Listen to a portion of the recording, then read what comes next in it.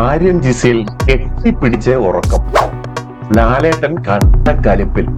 അനുമോൾക്കും ജിസയിലിനും കടുത്ത ശിക്ഷ.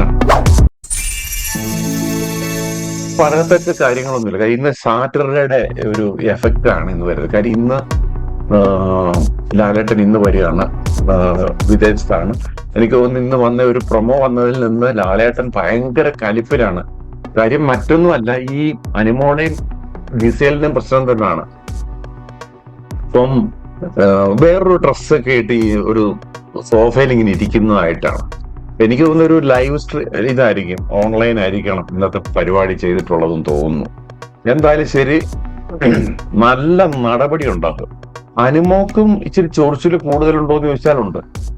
ഇതിനകത്തിൽ എല്ലാവരും പറഞ്ഞൊരു കാര്യം, അനീഷ് ഭയങ്കര മർക്കടമുറ്റക്കാരനാണ്, അങ്ങനെയുള്ള ഒരു വല്ലാത്ത സ്വഭാവമായിട്ട് ചിത്രീകരിച്ചു. പക്ഷെ അനീഷിന്റെ മനുഷ്യത്വം അനുമോളുമായിട്ട് ജയിലിൽ കിടന്നപ്പോൾ ഇന്നലെ കണ്ടതാണ്. വളരെ സോഫ്റ്റ്, നല്ല ഉള്ളിലൊരു നല്ല ഹൃദയമുള്ള ഒരാളാണ് അനീഷ് എന്ന് ഇന്നലെ തെളിയിച്ചിട്ടുണ്ട്. അതോടെ നിൽക്കട്ടെ, ഈ അനുമോളെ എടുത്ത് ചോദിക്കുന്നു, ഒരാളുടെ ലിപ്പില് അങ്ങനെ ശരീരത്തിൽ സ്പർശിക്കുന്നു, ശരിയാണോ എന്ന് ലാലേട്ടൻ ചോദിക്കുന്നുണ്ട്.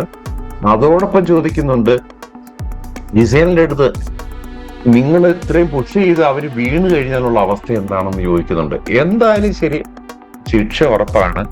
ഡയറക്റ്റ് നോമിനേഷൻ ആണോ? ഇനിയിപ്പോ ജയിൽ ശിക്ഷ ഏതായാലും വരുത്തില്ല. കാര്യം ജയിൽ ശിക്ഷ കഴിഞ്ഞല്ലോ ഈ വീക്കിലുള്ള കാര്യം. ജിസേലായിരുന്നു ജയിലിൽ പോകേണ്ടത്, അത് വരുത്തില്ല. അപ്പൊ നമുക്ക് ഇന്നത്തെ മറ്റൊരു ഇമ്പോർട്ടന്റ് അറിയിപ്പെന്ന് പറയുന്നത്, ഇന്ന് 9 മണിക്കാണ് ഇന്ന് പ്രോഗ്രാം, ഇന്നും നാളെയും സ്റ്റാർട്ട് ചെയ്യുന്നത്. അത് മനസ്സിലാക്കേണ്ട ഒരു കാര്യമാണ്. പിന്നെ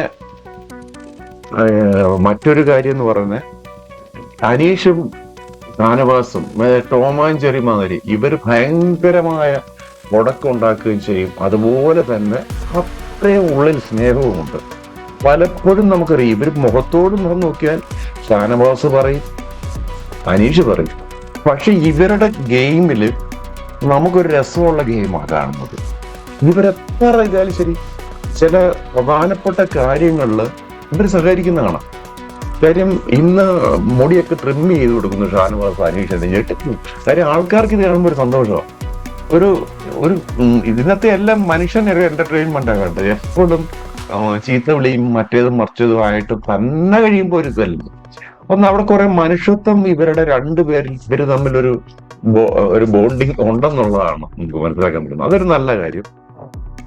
പിന്നെ ആര്യൻ പലപ്പോഴും കണ്ടിട്ടുണ്ട്, അനുമോള് ചെന്നിട്ട് ഈ മേക്കപ്പ് സാധനം എടുക്കാൻ ചെന്ന് ചോദിക്കുമ്പോൾ ആര്യൻ ജിസേലിനെ കെട്ടിപ്പിടിച്ചേ കിടക്കത്തുള്ളൂ.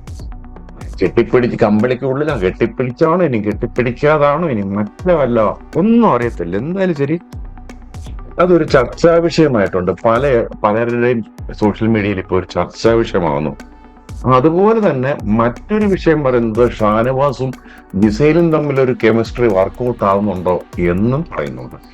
അതും ഏറെക്കുറെ നമുക്ക് വിശ്വസിക്കാൻ പറ്റുന്ന കാര്യം. നമുക്ക് അപ്പാനി ശരത്തിന്റെയും ജിൻസയുടെയും പറഞ്ഞ മാതിരി ഒന്നും ഇത് പറയാൻ പറ്റുന്ന ഒരു സ്റ്റേജൊന്നും ആയിട്ടില്ല. ചിലരുടെ ഇതൊക്കെ ആയിരിക്കും, തോന്നലുകളായിരിക്കാം, ശരിയായിരിക്കാം, വരട്ടെ.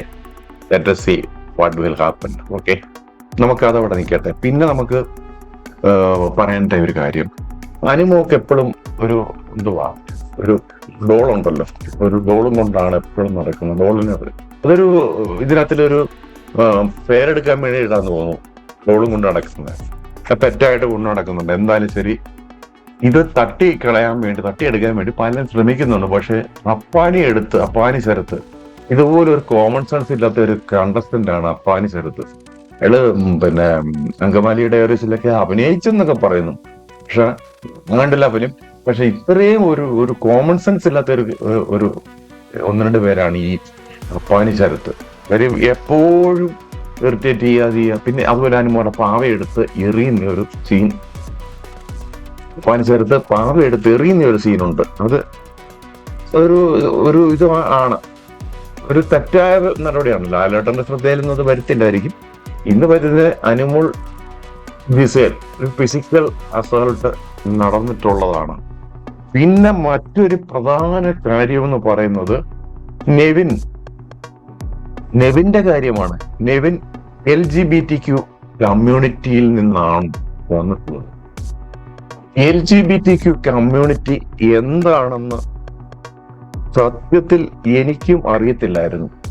അപ്പൊ ഞാനത് സെർച്ച് ചെയ്ത് കണ്ടുപിടിച്ചപ്പോൾ അത് പറയുന്ന കാര്യം, ഈ എൽ എന്ന് പറഞ്ഞ ലെസ്ബിയൻ ആണ്. ലെസ്ബിയൻ എന്ന് പറഞ്ഞാൽ ഇപ്പൊ അറിയാലോ, ഇപ്പൊ അനിമോൾ സോറി ആദില നൂറ, സ്ത്രീകൾ തന്നെ സ്ത്രീകളുടെ ലൈംഗികതയിൽ അല്ലെങ്കിൽ ഇഷ്ടപ്പെട്ട് അവർ ഒരുമിച്ച് പോകുന്നതിനാണ് ലെസ്ബിയൻ എന്ന് പറയുന്നത്. ജി എന്ന് പറഞ്ഞാൽ LGBTQ ആണ്. LGBTQ ഈ ജി എന്ന് പറയുന്ന പുരുഷന്മാരോട് ലൈംഗികമായോ വൈകാരികമായോ ആകർഷിക്കപ്പെടുന്ന പുരുഷന്മാരെയാണ് ഈ ജി അല്ലെങ്കിൽ ഗേ എന്നൊക്കെ പറയുന്നത്. അതിന്റെ ഷോർട്ട് ഫോം ആണ് ഈ ജി എന്ന് പറയാനില്ല, ഈ LGBTQ കമ്മ്യൂണിറ്റി എന്ന് പറയുന്നത്. ഇപ്പോൾ ഇതൊരു ബി എന്ന് പറഞ്ഞ ബൈ സെക്ഷൽ, ടി എന്ന് പറഞ്ഞ ട്രാൻസ്ജെൻഡർ, അപ്പം ക്യൂ എന്ന് പറഞ്ഞ ക്യൂർ. അപ്പൊ അങ്ങനെയുള്ള കാര്യങ്ങളാണ് ഇതിനകത്ത് പറയുന്നത്. കമ്മ്യൂണിറ്റി എന്താണ് അർത്ഥമാക്കുന്നത്? കമ്മ്യൂണിറ്റി എന്ന് പറയുമ്പോൾ അത് വെറും വ്യക്തികളുടെ ഒരു കൂട്ടമല്ല. ലൈംഗിക ആഭിമുഖ്യത്തിന്റെയോ ലിംഗസമത്വത്തിന്റെയോ പേരിൽ സമൂഹത്തിൽ വിവേചനം, ഭയം, ഒറ്റപ്പെടൽ തുടങ്ങിയവ നേരിടുന്ന ആളുകൾക്ക് പരസ്പരം പിന്തുണ നൽകാനും അവരുടെ അവകാശങ്ങൾക്കായി പോരാടും രൂപം കൊണ്ട ഒരു വലിയ കൂട്ടായ്മയാണിത്. അപ്പൊ ഇതൊരു കൂട്ടായ്മയാണ് LGBTQ എന്ന് പറയുന്നത്. അതൊരു പരസ്പരം അതിന്റെ ഈ ഒരു ഇതാണോ LGBTQന്റെ കമ്മ്യൂണിറ്റിയിൽ നിന്നുള്ള ആളാണോ, അതാണോ ഈ ആദില നൂറയോട് ഇത്രയും പ്രശ്നം വരുന്നത് എന്ന് ആദില തന്നെ പറയാണ്. കാര്യം ഇവർക്ക് ബർത്ത്ഡേ വിഷസ് പറയാൻ പറയുമ്പോൾ ഇവരുടെ കമ്മ്യൂണിറ്റിയിലുള്ളവർ വന്ന് ബർത്ത്ഡേ വിഷസ് പറയുമ്പം അതൊന്നും പുള്ളിക്ക് ഇഷ്ടപ്പെട്ടിട്ടില്ല എന്നാണ് പറയുന്നത്. എന്തായാലും അങ്ങനെ ചുരുക്കം ചില കാര്യങ്ങളെ ഇന്ന് സംഭവിച്ചിട്ടുള്ളൂ. ഒന്നുമില്ല, ഈ ഒരു വൈകിട്ടത്തെ പരിപാടിയാണ്, നമുക്ക് ലാലേട്ടം വരുമ്പോഴുള്ള പരിപാടിയാണ് കാണേണ്ടത്. എന്ത് ശിക്ഷ കൊടുക്കും? ആരിന്ന് നോമിനേഷനിൽ നിന്ന് ഔട്ടാവും? ഇന്ന് നോമിനേറ്റ് ചെയ്യപ്പെടുന്ന, അതായത് ക്വിറ്റായി പോകുന്ന ആര്യനാണ് വോട്ടിങ്ങിൽ വളരെ പരിതാപകരമായി ഗ്രാഫ് താന്നിട്ടുള്ളത്. നൂറേയും അതിലെയൊക്കെ മുകളിലോട്ട് പോയപ്പോൾ രേണുസുതി കുറച്ച് പുറകോട്ട് വന്നു. ഇതൊക്കെയാണ് കാര്യങ്ങൾ. ബാക്കി അപ്ഡേറ്റുകൾ നമുക്ക് കാണാം. നന്ദി, നമസ്കാരം.